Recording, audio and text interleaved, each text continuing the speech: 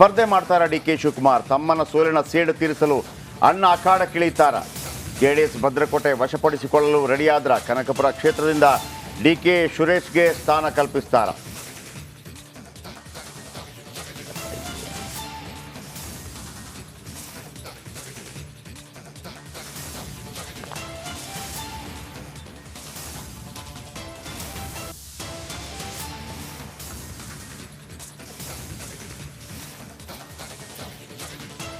H D ಕುಮಾರಸ್ವಾಮಿಯವರು ರಾಜೀನಾಮೆ ಕೊಟ್ಟಾಗಿದೆ ಚನ್ನಪಟ್ಟಣದ ವಿಧಾನಸಭಾ ಕ್ಷೇತ್ರಕ್ಕೆ. ಹಾಗಾಗಿ ಅಲ್ಲಿ ಉಪಚುನಾವಣೆ ನಡೆಯುತ್ತೆ. ಅವರ ರಾಜೀನಾಮೆ ಬೆನ್ನಿಗೆ ಫುಲ್ ಆಕ್ಟಿವ್ ಆಗಿಬಿಟ್ಟಿದ್ದಾರೆ ಡಿಸಿಎಂ ಡಿಕೆ ಶಿವಕುಮಾರ್.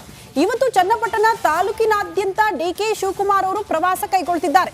ತಾಲೂಕಿನ 10ಕ್ಕೂ ಹೆಚ್ಚು ದೇವಾಲಯಗಳಲ್ಲಿ ವಿಶೇಷ ಪೂಜೆ. ಈಗಾಗಲೇ ಅಚ್ಚರಿಯ ಅಭ್ಯರ್ಥಿ ಘೋಷಣೆ ಅಂತ ಕಾಂಗ್ರೆಸ್ ಪಾಳಿಯ ಹೇಳ್ಬಿಟ್ಟಿದೆ. ಕಾರ್ಯಕರ್ತರು ಮುಖಂಡರನ್ನ ಸಂಚು ಮಾಡೋದಕ್ಕೆ ಪ್ಲಾನ್ಗಳಾಗ್ತಾ ಇದೆಯಾ ಅನ್ನೋದು ಪ್ರಶ್ನೆ. ಬಿಜೆಪಿ ಜೆಡಿಎಸ್ ಮೈತ್ರಿಗೆ ಟಕ್ಕರ್ ಕೊಡೋದಕ್ಕೆ ಡಿಸಿಎಂ ಡಿಕೆ ಶಿವಕುಮಾರ್ ಪ್ಲಾನ್ ಮಾಡಿಕೊಂಡಿದ್ದಾರೆ.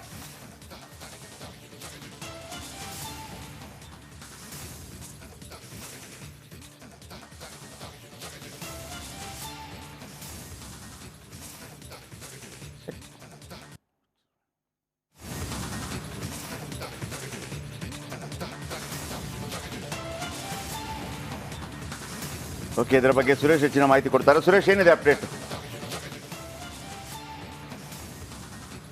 ಏನು ಸರ್?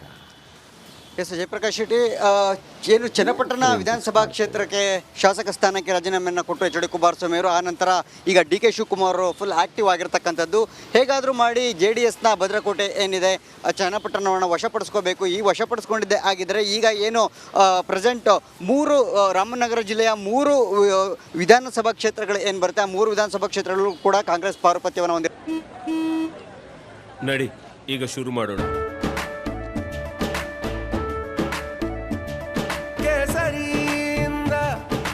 ಮನೋಲ್ಲಾಸ ಮನಸ್ಸು ಮತ್ತೇರಿ ಕುಣಿದಾಡಿದೆ ನೋಡು, ಮನಸ್ಸು ಮತ್ತೇರಿ ಕುಣಿದಾಡಿದೆ ನೋಡು.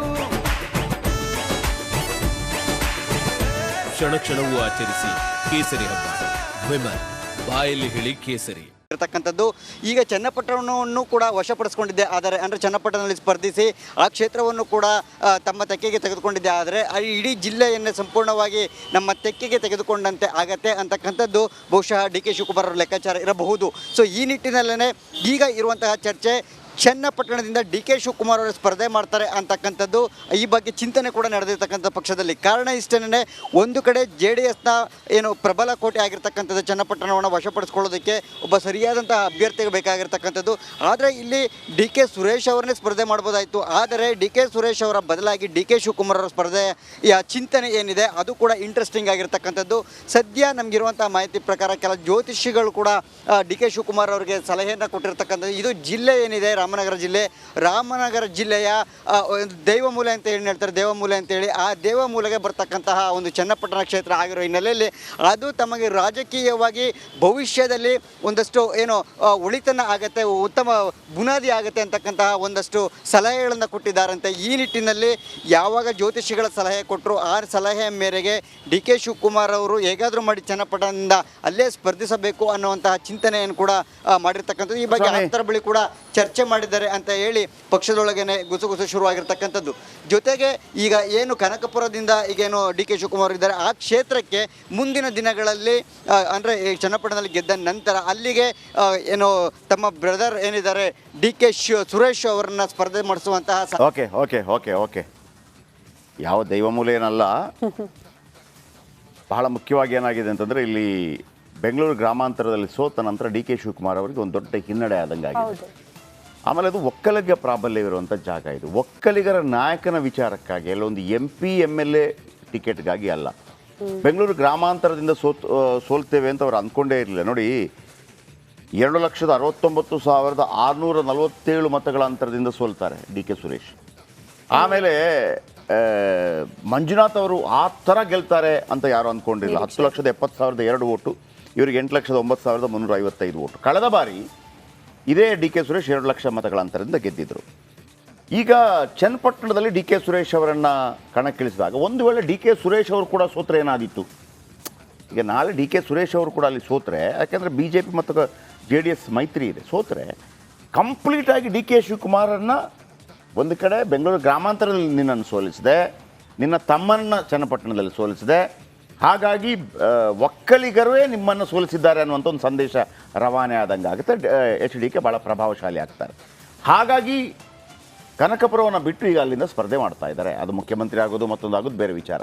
ಇಲ್ಲಿ ಒಟ್ಟು 18 ಸ್ಪರ್ಧೆಗಳಾಗಿದೆ. 1951ರಿಂದ ಇಲ್ಲಿ ತನಕ 18 ಸ್ಪರ್ಧೆಗಳು. ಕಾಂಗ್ರೆಸ್ 7 ಬಾರಿ ಗೆದ್ದಿದೆ. CP ಯೋಗೇಶ್ವರ್ ಕಳೆದ ಬಾರಿ 15,000 ಮತಗಳಂತರದಿಂದ ಸೋತೋಗ್ಬಿಟ್ರು. 5 ಬಾರಿ MLA ಅವರು ಈ ಮುಲಾಯಂ ಸಿಂಗ್ ಯಾದವ್ ಅವರ ಪಾರ್ಟಿ ಇದೆಯಲ್ಲ, ಆ ಪಾರ್ಟಿಯಿಂದಲೂ ಸ್ಪರ್ಧೆ ಮಾಡಿದರು. SP ಇಂದ ಆಗಲೂ ಗೆದ್ದಿದ್ದಾರೆ. ಆಮೇಲೆ ಪಕ್ಷೇತರವಾಗಿ ಗೆದ್ದಿದ್ದಾರೆ. ಕಳೆದ ಬಾರಿ ಕುಮಾರಸ್ವಾಮಿ ಮತ್ತು ಇವರ ನಡುವೆ ಸ್ಪರ್ಧೆಯಲ್ಲಿ 15,915 ಮತಗಳ ಅಂತರದಿಂದ ಕುಮಾರಸ್ವಾಮಿ ಅವರು ಗೆದ್ದಿದ್ರು. ಈಗೇನಾಗಿದೆ, ಬೆಂಗಳೂರು ಗ್ರಾಮಾಂತರ ಸೋತ ನಂತರ ಡಿ ಕೆ ಶಿವಕುಮಾರ್ ಒಂದು ರೀತಿಯಲ್ಲಿ ತುಂಬ ಅಪ್ಸೆಟ್ ಆಗಿದೆ. ತಮ್ಮನ ಸೋಲು ದೊಡ್ಡ ಅಪ್ಸೆಟ್ ಆಗಿದೆ ಅವರಿಗೆ. ಆಮೇಲೆ ಕಳೆದ ಬಾರಿಯ ಲೋಕಸಭಾ ಚುನಾವಣೆಯಲ್ಲಿ ನಾನು ಹೇಳ್ತಾ ಇದ್ದೆ, ಒಕ್ಕಲಿಗ ಪ್ರಾಬಲ್ಯವಿರುವಂಥ ಭಾಗದಲ್ಲಿ 20% JDS ಗಿದ್ದ ಓಟಲ್ಲಿ 6% vote only because of D K ಶಿವಕುಮಾರ್ಗಾಗಿ ಬಂದಿತ್ತು. ಈಗ ವಾಪಸ್ ಅದು ಕುಮಾರಸ್ವಾಮಿ ಅವರಿಗೆ ಹೋಗ್ತಾ ಇದೆ. ಬೆಂಗಳೂರು ಗ್ರಾಮಾಂತರದಲ್ಲಿ ಗೆದ್ದಿದ್ದಾರೆ, ಮಂಡ್ಯದಲ್ಲಿ ಗೆದ್ದಿದ್ದಾರೆ. ಮಂಡ್ಯದಲ್ಲಿ ರೆಕಾರ್ಡ್ ಬ್ರೇಕಲ್ಲಿ ಕುಮಾರಸ್ವಾಮಿ ಅವರು ಗೆದ್ದಿದ್ದಾರೆ. Record break 2,80,000. ಅಂದರೆ ಅಲ್ಲಿ ನಿಖಿಲ್ ಕುಮಾರಸ್ವಾಮಿ ಸೋತ ಕೋಪವನ್ನು ತೀರಿಸ್ಕೊಂಡಿದ್ದಾರೆ. ಮತ್ತು ಇಲ್ಲಿ ತನಕ ಇದ್ದಂತಹ 1998ರಲ್ಲಿ ಅಂಬರೀಷ್ 1,80,000 ಮತಗಳ ಅಂತರದಿಂದ ಗೆದ್ದರು. 2ಕ್ಕೂ ಟಕ್ಕರ್ ಕೊಟ್ಟಿದ್ದಾರೆ. 2,80,000 ಮತಗಳ ಅಂತರದಿಂದ ರೆಕಾರ್ಡ್ ಬ್ರೇಕಲ್ಲಿ ಗೆದ್ದಿದ್ದಾರೆ. ಯಾರು ಅಂದ್ಕೊಂಡಿರಲಿಲ್ಲ ಗೆಲ್ತಾರೆ ಅಂತೇಳಿ. ಆಮೇಲೆ ಸುಮಲತಾ ಅಂಬರೀಷ್ ಅವರು ಕೂಡ ಪ್ರಚಾರ ಮಾಡಲಿಲ್ಲ. ಪ್ರಚಾರ ಇಲ್ಲದೇ ಗೆಲ್ತೀನಿ ಅನ್ನೋದನ್ನು ಕೂಡ ಕುಮಾರಸ್ವಾಮಿ ಅವರಿಗೆ ಪೀಕಲ್ಲಿದ್ದಾರೆ. ಅದರಲ್ಲಿ ಎರಡು ಮಾತಿಲ್ಲ. ಒಂದು ಕಡೆ ಮಂತ್ರಿ ಆಗಿದ್ದಾರೆ, ಮತ್ತೊಂದು ಕಡೆ ಬೆಂಗಳೂರು ಗ್ರಾಮಾಂತರ ಗೆಲ್ಲಿಸ್ಕೊಂಡಿದ್ದಾರೆ, ಮಂಡ್ಯ ಗೆಲ್ಲಿಸ್ಕೊಂಡಿದ್ದಾರೆ. ಚನ್ನಪಟ್ಟಣ ಏನಾದರೂ ಗೆದ್ದು ಬಿಟ್ರೆ ಕುಮಾರಸ್ವಾಮಿನ ಡಿ ಕೆ ಶಿವಕುಮಾರ್ ಅಂತಂದಾಗ ಕುಮಾರಸ್ವಾಮಿ ಅಂದ್ಬಿಡ್ತಾರೆ. ಹಾಗಾಗಿ ಅವ್ರಿಗೆ ಇಲ್ಲಿ ಬೇಕೇ ಬೇಕು. ಹಾಗಾಗಿ ಅಖಾಡ ಕೆಳೀತಾ ಇದ್ದಾರೆ. ಇವತ್ತು 14 ದೇವಸ್ಥಾನಗಳಿಗೆ ಭೇಟಿ ಕೊಡ್ತಾ ಇದ್ದಾರೆ. ಯಾರು? ಡಿ ಕೆ ಶಿವಕುಮಾರ್ 14 ದೇವಸ್ಥಾನಗಳಿಗೆ. ಹಾಗಾಗಿ ಆದರೆ ಒಂದು ವೇಳೆ ಏನಾದರೂ ಚುನಾವಣೆ ಆದರೆ ಶ್ರುತಿ, ಯಾವುದು ಚನ್ನಪಟ್ಟಣದಲ್ಲಿ ಹೆಂಗಿರುತ್ತೆ ಅಂತಂದರೆ ಒಂದೊಂದು ಓಟು ಕೂಡ ಈ ಬಾರಿಯ ಲೋಕಸಭಾ ಚುನಾವಣೆಯಲ್ಲಿ 1 ಲಕ್ಷ ಓಟು ಬಂದಿದೆ. ಆ ಭಾಗದಲ್ಲಿ ಲೀಡ್ ಬಂದಿದೆ, BJPಗೆ ಲೀಡ್ ಬಂದಿದೆ. ಇದಿದೆ. ಕಳೆದ ಬಾರಿಯಲ್ಲಿ ಕುಮಾರಸ್ವಾಮಿಗೆ 96,592 ಓಟು, ಆಮೇಲೆ ಯೋಗೀಶ್ವರ್ ಅವರಿಗೆ 80,877 ಓಟು, ಇತರರೊಬ್ಬರು 15,000 ಓಟುಗಳನ್ನು ಪಡ್ಕೊಂಡಿದ್ದಾರೆ. ಒಂದೊಂದು ಓಟ್ ಯಾವ ರೀತಿ ಇರುತ್ತೆ ಅಂತಂದರೆ, ಬಹುಶಃ ನಿಮ್ಗೆ ನೆನಪಿರ್ಬೋದು, 2006ರಲ್ಲಿ ಚಾಮುಂಡೇಶ್ವರಿ ಚುನಾವಣೆ ಆಯಿತು. ಈ ಸಿದ್ದರಾಮಯ್ಯನವರು JDS ಇಂದ ಹೊರಬಂದು ಅಲ್ಲಿ ಕಾಂಗ್ರೆಸ್ಸಿಂದ ಸ್ಪರ್ಧೆ ಮಾಡಿದರು. ನನಗೀಗಲೂ ನೆನಪಿದೆ, ದೇವೇಗೌಡರು ಪೀಟರ್, ಮಿಸ್ಟರ್ ಪೀಟರ್ ಅಂತಂದ್ಬಿಟ್ಟು, ಅಲ್ಲಿ ಪೀಟರ್ ಅಂತೇಳಿ ಒಬ್ಬ ಚುನಾವಣಾಧಿಕಾರಿ ಇದ್ದರು, ಭಾಳ ಸ್ಟ್ರಿಕ್ಟ್ ಆಗಿದ್ದರು. ಕುಮಾರಸ್ವಾಮಿ CM. ಇಡೀ ಸಚಿವ ಸಂಪುಟವೇ ಅಲ್ಲಿ ಹೋಗಿ ನಿಂತಿತ್ತು ಇವರನ್ನು ಸೋಲಿಸಬೇಕು ಅಂತೇಳಿ. ಯಾರನ್ನ? ಸಿದ್ದರಾಮಯ್ಯನವರನ್ನು ಸೋಲಿಸಬೇಕು ಅಂತೇಳಿ. ಬಹುತೇಕ ಈಗಲೂ ನನಗೆ ನೆನಪಿದೆ, ನನಗೆ ಭಯ ಆಗ್ತಿರೋದು ಕುಮಾರಸ್ವಾಮಿ ಇದು ಅಂತ ಓಪನ್ ಆಗಿ ಹೇಳಿದಂಥ ಈಗಲೂ ಗುನುಗುನಿಸ್ತಾ ಇದೆ ನನಗೆ. ಆಮೇಲೆ ಆ ಚುನಾವಣೆ ನಡೆಯುವಾಗ ಒಂದು ತೋಟದ ಮನೆಯಲ್ಲಿ ಕುಮಾರಸ್ವಾಮಿ ಸಿಕ್ಕಾಕೊಂಡ್ಬಿಡ್ತಾರೆ. ತೋಟದ ಮನೆಯಲ್ಲಿ ಅಂದರೆ ಅವ್ರು ಹೋಗಿರೋದಿಲ್ಲ, ಅಲ್ಲಿ ಹೊರಗೆ ಹೋಗ್ಬೇಕಾಗತ್ತೆ. ನಮ್ಮ ಕ್ಯಾಮರಾ ಅವರನ್ನು ತೋರಿಸುತ್ತೆ. ಅವರು ಕೋಪಗೊಂಡು ಒಂದು ರೀತಿಯಲ್ಲಿ ಜಿಪ್ಪೆಲ್ಲ ಇದು ಮಾಡ್ತಾರೆ. ಏನು ತೋರಿಸ್ತಾ ಇದ್ರಿ, ಹಿಂಗೆಲ್ಲ ಆಗುತ್ತೆ. ಕುಮಾರಸ್ವಾಮಿ ಅವರು ಏನು ತೋರಿಸ್ತಾ ಇದ್ರಿ ನೀವು ಅನ್ನೋ ರೀತಿಯಲ್ಲಿ ಜಗಳ ಎಲ್ಲ ಆಗುತ್ತೆ. ಫೈನಲಿ ಸೋತೇ ಬಿಡ್ತಾರೆ ಅಂತಿದ್ದಾಗ 261, 563, 259 ಸಮಥಿಂಗ್ ಅಷ್ಟು ಮತಗಳ ಅಂತರದಿಂದ ಸಿದ್ದರಾಮಯ್ಯ ಗೆಲ್ತಾರೆ. ಅವತ್ತೇನಾದರೂ ಆ 200-250 ಮತಗಳ ಅಂತರದಿಂದ ಸಿದ್ದರಾಮಯ್ಯ ಏನಾದರೂ ಗೆಲ್ಲದೆ ಸೋತಿದ್ರೆ ಇವತ್ತು 2 ಬಾರಿಯ ಮುಖ್ಯಮಂತ್ರಿ ಆಗುವ ಅವಕಾಶನೇ ಇರಲಿಲ್ಲ. ಅವತ್ತೇ ಖತಮ್ ಆಗಿಬಿಡ್ತಾ ಇತ್ತು, ಅವರ ಪೊಲಿಟಿಕಲ್ ಕೆರಿಯರ್ ಖತಮ್ ಆಗಿಬಿಡ್ತಾ ಇತ್ತು. ಅಂಥದೇ ಒಂದು ಪೊಲಿಟಿಕಲ್ ಕೆರಿಯರ್ ವಿಚಾರ ಇಲ್ಲಿ ನಡೆಯುತ್ತೆ. ಇಲ್ಲಿ ಬಹಳ ಸ್ಪಷ್ಟ, ಈ ಉಪಚುನಾವಣೆ ಒಕ್ಕಲಿಗ ನಾಯಕ ಯಾರು ಅನ್ನೋದನ್ನ ಡಿಸೈಡ್ ಮಾಡಲು ಬಹಳ ಮಹತ್ವ ಪಡೆದುಕೊಳ್ಳುತ್ತೆ. ಹೌದು, ಇವರಿಬ್ಬರ ನಡುವಿನ ಇದು. ಎಕ್ಸಾಕ್ಟ್ಲಿ. ಕುಮಾರಸ್ವಾಮಿ ಒಕ್ಕಲಿಗ ನಾಯಕ, ಡಿ ಕೆ ಶಿವಕುಮಾರ್ ಒಕ್ಕಲಿಗ ನಾಯಕ. ಗೆದ್ದವರು ಯಾರು, ಸೋತವರು ಯಾರು, ಪಿನ್ ಟು ಪಿನ್. ಎಂಥ ಮಜಾ ಅಂತಂದ್ರೆ ನಾನು ಹೇಳಿದ್ದು, ನಾವು ಮೀಡಿಯಾ ವೈಸ್ ಹೇಳಿದ್ದು, ನಾನು ಕ್ಯೂರಿಯಾಸಿಟಿ ಇರುತ್ತೆ. ಬೇರೆ ಯಾವುದೇ ಸ್ಟೋರಿಗಳು ಕಾಣಲಿಕ್ಕಿಲ್ಲ ನಮಗೆ. ಚನ್ನಪಟ್ಟಣ ಬಿಟ್ಟರೆ ಹೆಂಗೆ ಮಂಡ್ಯ ಆಯಿತು ಕಳೆದ ಬಾರಿ, ಆ ಥರ ಆಗುತ್ತೆ.